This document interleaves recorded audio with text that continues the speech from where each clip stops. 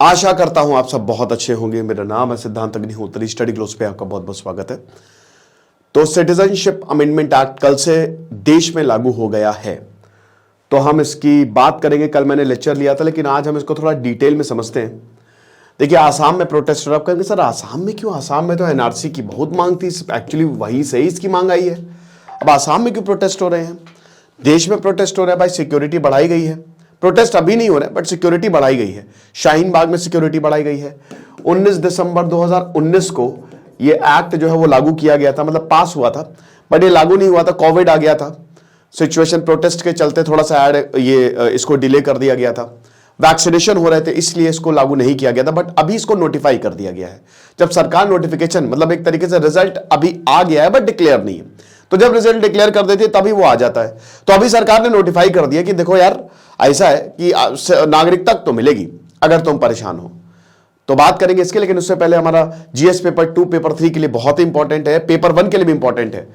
तो फटाक से हमारे कोर्स को अवेल करें, जो कि एक क्रैश कोर्स है यूपीएससी प्रीलिम्स का, जिसकी क्लासेस ऑलरेडी चल रही है। Veronica ma'am, SDM Rishi sir, Khushboo ma'am, Prince sir, Inder sir, Prashant sir, हर कोई जो है बहुत अच्छे से बता रहा है। आपको टेस्ट सीरीज मिलेगी, करंट अफेयर्स मिलेंगे, लाइव क्लासेस, तो देर ना करें।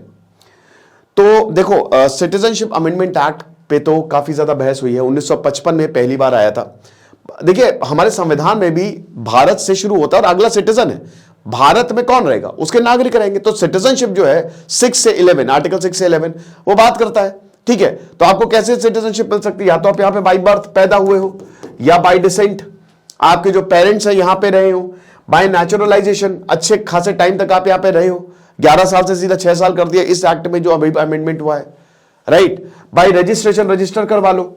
नहीं तो अगर भारत कोई टेरिटरी एक्वायर करता है, कल को पाकिस्तान को भारत ने एक्वायर कर लिया, तो उसके नागरिक, सारे के सारे नागरिक ऑटोमेटिकली भारत के हो जाएंगे। तो इस तरीके से सिटीजनशिप जो है वो आपको मिलती है। अभी सिटीजनशिप नागरिकता जो है ये बड़ा ही पेचीदा काम है ना। इसीलिए अभी तक इसको 6 बार अमेंड किया गया है, 6 बार। 2019 में, 2019 में ये जो अमेंडमेंट हुआ है सीएए, ये सबसे बवालिया रहा। इसको बहुत ज्यादा इस पे लेकर बवाल हुआ। 31 दिसंबर 2014 इसमें कट ऑफ डेट जो है वो बताई गई है कि इससे पहले 31 दिसंबर 2014 से पहले जो भी आया है, जो कौन 6 कम्युनिटीज, अब इन 6 कम्युनिटीज में कौन कौन है सबसे पहले मैं आपको बता दे रहा हूं। इसीलिए सबसे पहले इसमें हिंदू हैं, ठीक है, क्रिश्चियंस हैं, सिख हैं, बुद्धिस्ट हैं, पारसी हैं और जैन हैं। तो ये 6 कम्युनिटीज जो है, इसमें मुस्लिम नहीं है, मुस्लिम बाहर है इसमें। तो 6 कम्युनिटीज जो हैं, अगर ये प्रताड़ित हैं 3 देशों में, किसकी? पाकिस्तान, बांग्लादेश और अफगानिस्तान, तो भारत में वो नागरिकता ले सकते हैं, कोई दिक्कत नहीं है। तो भारत में नागरिकता ले वो, यही सीएए जो है वो कहता है, राइट।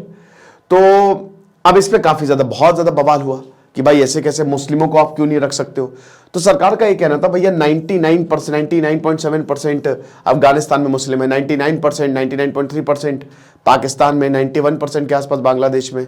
तो भाई एक बात बताओ कि जब 90%, 100 में से 95-96 लोग मुस्लिम हैं, ये मुस्लिम देश हैं, तो उनको नागरिकता की क्या जरूरत है?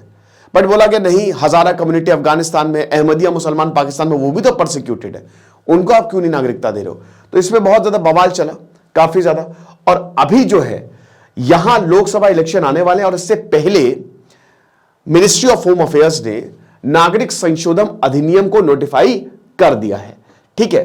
अब एप्लीकेशन जो है, देखिए वेब पोर्टल जो है वो एक बनाया जाएगा, यहां पे ऑनलाइन एप्लीकेशन दी जाएंगी। तो अब एक एक करके देखते हैं। सीएए 31 दिसंबर 2014 की कट ऑफ डेट है, यानी कि अगर 1 जनवरी 2014 को मैं आया, 1 जनवरी 2015 को अगर मैं, मान लीजिए मुझे बहुत मारा गया है पाकिस्तान से, और मैं 1 जनवरी 2014 को आया, तो मुझे नागरिकता नहीं मिलेगी। कट ऑफ डेट ये है 31 दिसंबर 2014 कि जो भी इलीगल माइग्रेंट है वो यहां पे आराम से आ सकता है, सिटीजनशिप ले सकता है। 11 साल से इसको 6 साल किया गया। पहले 14 साल अगर आप यहां पे रह रहे हो नेचुरलाइजेशन प्रोसेस से, तो उसमें कम से कम 11 साल आपको देश में बिताने थे, तब आपको नागरिकता मिल जाएगी। क्योंकि इतने टाइम से आप भारत में रह रहे हो, तो भाई अब आप यहीं के ही नागरिक हो गए, यहीं के ही हो गए। हालांकि आपको बता दूं कि पीआईओ, ओसीआई, एनआरआई, ये सब भी एक तरीके से, जैसे ओसीआई हो गया, पीआईओ हो गया, ये भी एक तरीके से डुअल सिटीजनशिप भारत में कंसेप्ट नहीं है, बट हां ये कार्ड काफी हद तक उस चीज को पूरा कर सकते हैं, पूरा कर देते हैं कि भैया पीआईओ मिल गया, ओसीआई मिल गया, कोई दिक्कत नहीं है। लेकिन यहां पे दोस्तों क्या है कि कम कर दिया, मतलब एक तरीके से सरकार नागरिकता दे रही है, ठीक है। अब बड़ी बात यह है कि इस पे बहुत ज्यादा भ्रांतियां फैली हुई हैं। 2019 में एनआरसी, भाई चलिए एनआरसी का भी हम थोड़ी देर बाद एक काम करते हैं, हम स्लाइड बाय स्लाइड चलते हैं। तो सीएए में कौन बाहर है? भाई मुस्लिम से बाहर है। अब इसमें बोला गया है कि भाई 2019 से जब से ये लागू हुआ है कि यहां पे मुस्लिमों की नागरिकता जो है वो छिन जाएगी। देखिए एक चीज मैं क्लियर कर दूं, ये अफवाह है, आप बिल्कुल ऐसा हो ही नहीं सकता भाई। जो नागरिक है, बेसिक डॉक्यूमेंट सबके पास होते हैं, वो नागरिक रहेगा। यहां पे बोला जा रहा है कि एनआरसी अलग, एनआरसी एक अलग चीज है, एनआरसी को आप छोड़िए, वो आसाम के लिए, हालांकि बोला एनपीआर पूरे देश में होगा, बट वो एक अलग चीज है। लेकिन सीएए नागरिकता देने के लिए, भैया किसी की नागरिकता लेने के लिए नहीं है, तो इसमें नागरिकता दी जाएगी। और एनआरसी में नेशनल रजिस्टर ऑफ सिटीजन, इसमें क्या है कि एक रजिस्टर होता है जो आप, जैसे मान लीजिए अगर मैं यहां का नागरिक हूं तो उस रजिस्टर में मेरा नाम चढ़ेगा, है ना। तो एक रजिस्टर होता है वो कि यहां पे जो ऑलरेडी नागरिक हैं उनके पास वो है कि नहीं नागरिक।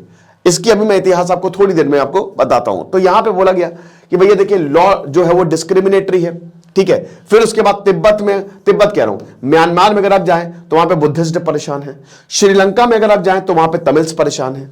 तो अगर आपको लॉ लाना था तो इन सबके खिलाफ लाना था। संविधान में धर्म के हिसाब से आप लॉ लाए हो, और ये तो गलत है ना, ये तो राइट टू इक्वालिटी आर्टिकल 12 से लेकर आर्टिकल 18 सीधा उसके खिलाफ जाता है। तो ये तो कोर्ट में मामला टिकेगा ही नहीं। हालांकि अभी कोर्ट में मामला है, अभी इस पे कोई फैसला नहीं आया है, तो ये बोला गया है, ठीक है ना। आगे देखते हैं अब माइग्रेट्स कैसे अप्लाई कर सकते हैं। देखिए पूरा प्रोसेस जो है वो ऑनलाइन है। बोला जा रहा है कि 18,34,000 शरणार्थी भारत में हैं जो परसिक्यूट हो गया किसी दिक्कत से यहां पे आए हैं। तो अब वो झोपड़पट्टियों में रह रहे हैं, बुरी हालत है उनको अभी ना इधर के ना उधर के, क्योंकि अभी वो रिफ्यूजीज हैं। तो अब इनको जो है नागरिकता देने का प्रावधान है। सबसे ज्यादा पाकिस्तान से हैं, फिर बांग्लादेश से हैं, फिर अफगानिस्तान से हैं। सरकार ने इसका डेटा निकाला होगा कि सबसे ज्यादा कौन से देश, इसीलिए इन 3 देश को चुना है उन्होंने, राइट। तो एंटायर प्रोसेस ऑनलाइन है पूरा का पूरा। अब यहां पे एक चीज गौर करने वाली है, एक्सपर्ट्स ये कह रहे हैं कि भाई देखो बहुत ज्यादा लोग इसमें अप्लाई करने वाले हैं नहीं, क्योंकि जब इतने समय से कोई इंसान यहां पे है तो कागज बनवा लेते हैं वो, और वो नॉर्मलाइज हो जाता है, वो इंटीग्रेट हो जाते हैं, वो एसिमिलेट हो जाते हैं, वो मिल जाते हैं समाज के साथ। तो बहुत ज्यादा इससे फर्क नहीं पड़ने वाला। ऐसा हमने बहुत इमाइग्रेंट्स के साथ देखा है, भारत में काफी इमाइग्रेंट्स आए हैं, तो हमने ये देखा है वो पेपर्स बनवा लेते हैं। तो हो सकता है बहुत लोग इसमें अप्लाई ना करें, बट जितने भी करें आपको बहुत ज्यादा पेपर्स इसमें नहीं मांगे जाएंगे। अगर आप प्रोसिक्यूटेड हो, क्योंकि हो सकता है उनके पास डॉक्यूमेंटेशन ना हो, तो आपको बस ऑनलाइन अप्लाई करना है और उसके बाद आपको डॉक्यूमेंट्स नहीं मांगे जाएंगे, आपको नागरिकता दे दी जाएगी प्रोसिक्यूटेड कम्युनिटी। बट इसका एक और दिक्कत है, इसमें कोई भी नागरिकता ले सकता है। फिर अब आप ये समझिए कि किसी को भारत से फायदा हो रहा है, कोई आर्थिक स्थिति की वजह से वहां पे आना चाहता है, तो वो तो प्रावधान ही नहीं है ना। प्रावधान ही कि अगर आप प्रोसिक्यूटेड, अगर आपको वहां पे मारा जा रहा है, सताया जा, तब आप आएंगे, ठीक है। तो एक ये भी पॉइंट है। ऑपोजिशन कह रहा है कि भाई देखो पहली बात तो ये हमारे संविधान के खिलाफ जाता है, इट इज हाईली डिस्क्रिमिनेटरी, ठीक है। साथ ही साथ कांग्रेस बोल रहा है कि जो टाइमिंग है, आप बस हिंदू मुस्लिम करना चाहते हो अपकमिंग लोकसभा इलेक्शन में। लोकसभा इलेक्शन से पहले, आसाम इलेक्शन से पहले ही क्यों आपको ये लेके आना था? इस बात का हमको जवाब दो। ये यहां पे कांग्रेस का बोला है कि जो टाइमिंग है नोटिफाइंग द रूल्स, ये बहुत ही ज्यादा गलत है। अब 2020 में 2019 में 19 दिसंबर 2019 को ये लागू हो गया था। लोकसभा राज्यसभा प्रेसिडेंट ने एसेंट दे दिया था। लागू क्या मतलब? पास हो गया था, ये एक्ट बन गया था बिल। उसके बाद आपको याद होगा कि मार्च तक, मतलब 2 महीने तक शाहीन बाग में प्रोटेस्ट चले, पूरे देश में प्रोटेस्ट हुए और हिंसक प्रोटेस्ट हुए। दिल्ली में तो हालात बहुत खराब हो गई थी, वो आपको याद ही होगा कि एक लड़का बंदूक लेके एकदम बीचों बीच सड़क पे चला गया था। तो 4 साल हो गए, इसको अभी तक नोटिफाई नहीं किया गया। सरकार कहती है भैया देखो पहली बात कोविड आ गया, कोविड की वजह से हम इसको नहीं कर पाए। दूसरा, प्रोटेस्ट को देखते हुए भी हमने इसको टाल दिया। तीसरा, एक पूरी वैक्सीनेशन ड्राइव चलाई गई थी, लेकिन ये 2 साल में खत्म हो गई, बाकी के का क्या? तो टाइमिंग को यहां पे क्वेश्चन किया जा रहा है कि भाई देखो हम सीए, ये तो लॉ है, ठीक है ना, और हमारा पूरा कमिटमेंट था, और हमने वो कमिटमेंट एक बार जो मैंने कमिटमेंट कर ली, उसके बाद तो मैं अपने बाप की भी नहीं सुनता। तो कितने लोग जो हैं वो सिटीजनशिप जो है वो देखेंगे। देखिए 18,34,000 लोग बताए जा रहे हैं, और जैसा कि हमने बताया कि इसमें जो पाकिस्तान, बांग्लादेश और इधर अफगानिस्तान से जो माइनॉरिटी है, मतलब वही 6 कम्युनिटीज के लोग एक्सक्लूडिंग मुस्लिम्स, उनको नागरिकता देने का इसमें प्रावधान है। लीगल चैलेंज जैसा कि बताया, ऑलरेडी आपको बता दो कि ये मामला कोर्ट में है, यानी कि हो सकता है इसको असंवैधानिक वो कह दे। अगर ऐसा हो तो पूरा एक्ट खत्म, फिर ये अमेंडमेंट वही वापस वाली सीएए चलेगा 2015 में जो लास्ट अमेंडमेंट हुआ था, खत्म हो जाएगा वो। तो आप ये समझिए कि दिक्कतें हैं, और अगर कोर्ट ने नहीं बोला, कोर्ट ने वैलिड ठहराया, तो फिर इस हिसाब से चीजें होंगी। मेरा पर्सनल मानना यह है कि मुझे ये ठीक लगा एक्ट, क्योंकि वाकई में हालात बहुत बुरे हैं, और अगर कोई प्रोसिक्यूट हो रहा है तो फिर इसको ले आना चाहिए था। कुछ चेंजेस और करके अगर लाते तो और ज्यादा बेहतर होता, पर ठीक है, सही है। तो यहां पे बहुत सारे लोगों ने पिटीशन डाली है, IUML ने पिटीशन डाली सुप्रीम कोर्ट में, और इसमें फिर जयराम रमेश, ओवैसी हो गए, महुआ मोहित्रा, जितने भी है ना, सब IUML के साथ जुड़ गए और पिटीशन डाली गई है। तो अभी मामला कोर्ट में है। यहां पे जो जस्टिस रविंद्र भट्ट है, जस्टिस हिमा कोहली है, उन्होंने बोला कि फाइनल हियरिंग जो है वो दिसंबर 2022 में शुरू होगी, और मामला भी कोर्ट में ही है, आप ये मान के चलिए, ठीक है ना। राइट टू इक्वालिटी, आर्टिकल 14 की हर कोई, religion is not the qualifier, समझ रहे हो, धर्म के आधार पे आप ये नहीं कर सकते, आपको सबका देना पड़ेगा। क्योंकि देखिए हमारा, या तो हम एक रिलीजन बेस्ड कंट्री होते जैसे पाकिस्तान, अफगानिस्तान में, तब तो ये चल जाता सीएए, लेकिन क्योंकि संविधान इसकी इजाजत नहीं देता है, धर्म की इजाजत, धर्म के हिसाब से आप चीजों को नहीं कर सकते, तो दैट इज रॉन्ग। फिर उसके बाद जो नेशनल रजिस्टर ऑफ सिटीजन है आसाम में, उसमें illegal immigrants along with CAA, इसकी वजह से तो मुस्लिम्स को टारगेट किया जाएगा, ऐसा इनको आर्ग्यूमेंट किया जा रहा है। तो हम थोड़ा सा एनआरसी की बात करते हैं। देखो एनआरसी में 1951 में, एनआरसी में आसाम में है, यहां पे आसाम में प्रॉब्लम हुई। क्या प्रॉब्लम हुई है कि जो इंडियन सिटीजन्स हैं, पहली बार 1991 में एक रजिस्टर बनता है, ठीक है, कि आप सिटीजन हो, आपके पास थोड़े बहुत डॉक्यूमेंट है। उस समय तो 1951 था, तो थोड़े बहुत डॉक्यूमेंट्स में भी काम चल जाएगा। तो ठीक है, आप भारत में रह रहे हो, आपको हम नागरिकता दे रहे हैं। अब कट टू 1971, हुआ क्या कि जब 1971 आया, हालांकि इससे पहले भी, एक तो 1947 में जब पार्टीशन हुआ तो बहुत सारे इमाइग्रेंट्स यहां पे आ गए, और उसके बाद 1951 में, इसीलिए 1951 में एक एनआरसी बनाया गया। फिर उसके बाद 1971 में बहुत सारे बांग्लादेश से भाग के भारत में आ गए, क्योंकि भारत जो है बांग्लादेश से सबसे बड़ी बाउंड्री शेयर करता है। तो त्रिपुरा हो गए और भी जगह हो गए, वेस्ट बंगाल हो गए, बहुत सारे जो है वो बांग्लादेशी भारत में आ गए। अब हुआ क्या कि जब इलेक्शन हुए 1978 में, लोकसभा, मंगलदोई लोकसभा जो है, तो यहां देखा कि भाई देखो, जब पिछले इलेक्शन हुए थे तब तो वोटर इतने नहीं थे, लेकिन इस बार इतने सारे वोटर्स कहां से आ गए, इतने सारे लोग कहां से आ गए भाई। तो यहां पे डाउट हुआ कि यार ये तो सब इमाइग्रेंट्स हैं, ये तो बाहर से आए हैं। और उसके बाद बवाल शुरू होता है। जो आसाम स्टूडेंट यूनियन है, बाद में सरकार भी 1985 में ढह गई थी, इन्होंने बोला एनआरसी करो, ये हम नहीं जानते, जो यहां पे ऑलरेडी रह रहे हैं। अब एनआरसी मतलब ये है कि जो इलीगल इमाइग्रेंट्स, उनका पत्ता साफ, क्योंकि आपको डॉक्यूमेंट्स देने पड़ेंगे। आप यहां पे रह रहे हो, आपको डॉक्यूमेंट्स दिखाने पड़ेंगे कि आप यहीं के ही हो, हालांकि बेसिक डॉक्यूमेंट्स की जरूरत पड़ती है। तो यहां आसाम में बोला गया कि भाई इसमें बहुत ज्यादा बवाल हुआ। अब यही दिक्कत है, ठीक है ना। बीजेपी सरकार ने यहां पे एनआरसी 2014 में बोला कि ठीक है, एनआरसी को जो है हम अपडेट करना शुरू करते हैं। 2009 में चलिए तो ठीक है, बहुत सारी लिटिगेशंस आई थी। फिर उसके बाद एनआरसी को लेके क्लेम्स और ज्यादा तेज हुए। जुलाई 2018 में सरकार ने बोला कि हाँ ठीक है, एनआरसी का फाइनल ड्राफ्ट हम निकाल देते हैं, ठीक है, निकाल दिया। और उसमें ज्यादातर हिंदूज ही पाए गए, मतलब एक तरीके से जो क्लेम्स थे वो ठीक, मतलब कोई ऐसा वो नहीं था।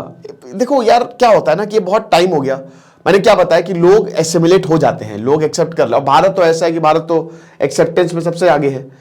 अच्छा, आसाम वाले क्यों विरोध कर रहे हैं? ठीक है, आसाम वाले इसलिए विरोध कर रहे हैं कि भाई ये जो सीएए है ना, इसकी वजह से एनआरसी पे हमारे इफेक्ट पड़ेगा, ठीक है ना, ये दिक्कत आएगी। तो यहां एक तो ऑलरेडी जो इक्वालिटी आर्गुमेंट के अलावा जो सीएए सेक्शन 6 से जो सिटीजनशिप अमेंडमेंट एक्ट 1955 है, ये भी सुप्रीम कोर्ट के अंदर चैलेंज है, ठीक है। इसमें भी कट ऑफ डेट की बात है, ठीक है। दिसंबर 2023 5 जजेस की बेंच बैठी, जिसमें डीवाई चंद्रचूड़ लीड कर रहे थे। उन्होंने सेक्शन 6A को लेकर अपने वर्डिक्ट को संभाल के रखा, और उन्होंने बोला, देखिए सेक्शन 6A अभी मैं आपको बता देता हूं। सेक्शन 6 से बेसिकली कट ऑफ डेट की बात की गई है, 1966 से लेकर 71, अभी बताता हूं। उसके बाद फिर क्लॉज 5A। अब क्लॉज 5A भी बहुत ज्यादा, जनवरी 1, 1966 ये this is the basic cut off date for the detection and deletion of the foreigners. तो कट ऑफ डेट 1966 रखी गई है, लेकिन बोला गया ना 1971 रखी है, ये तो बहुत गलत है ना। तो ये बोला गया है कि 1966 जो है ये कट ऑफ डेट रहेगी, but there are provisions for the regularisation of those who arrived in the state after that date and up to March 24, 1971। This was also the basis of final push of 2019। Section 6 से क्या करता है कि foreign जो बाहर से लोग आए हैं आसाम में, कब 1 जनवरी 1966 के बाद, बट 25 मार्च 1971 से पहले उनको भारत में सिटीजनशिप मिल जाएगी। तो भाई ये इफेक्टिव कट ऑफ डेट 24 मार्च 1971 सुप्रीम कोर्ट ने बोला कि यही होगी स्टेट में एंट्री के लिए। अब ये सीएए जो है भाई, इसमें बोला गया है कि देखिए जो एनआरसी में नहीं है, इसीलिए आसाम जो है वो प्रोटेस्ट कर रहा है कि यहां पे जो मुस्लिम जो है उनके जिनके पास नागरिकता नहीं है वो सीएए के थ्रू नागरिकता ले सकते हैं। और आसाम में फिर जो जिसके लिए हम लड़ाई कर रहे हैं, मुस्लिम इन द सेंस की जो बाहर के लोग हैं, जो बांग्लादेशी हैं, वहां से आए हैं, और जिसके लिए हम लड़ाई कर रहे हो वो दिक्कत होगी। तो आसाम ने यही बोला है कि भाई देखिए सीएए ना, आसाम इसलिए कह रहा है कि ये जो है बहुत ज्यादा गलत है। अब हुआ क्या कि ये बोला है कि ब्लैक डे है आसाम के लिए काफी ज्यादा, और इसमें बोला कि हम तो भैया इसमें प्रोटेस्ट करेंगे। आने वाले लोकसभा पे क्या इलेक्शन इसका प्रभाव पड़ेगा, बहुत ज्यादा प्रभाव नहीं पड़ने वाला लोकसभा इलेक्शन पे, ठीक है। दूसरा पॉइंट ये है कि क्या प्रोटेस्ट होंगे, हो सकता है इस बार बहुत ज्यादा प्रोटेस्ट ना हो, क्योंकि लोगों ने समय पे इसको पढ़ ही लिया है, हम लोग भी बता ही रहे हैं। तो दो जो होगा देखेंगे, बट ये that was all about CAA and NRC. खुश रहिए, पढ़ते रहिए। दिस इज सिद्धांत अग्निहोत्री साइनिंग ऑफ।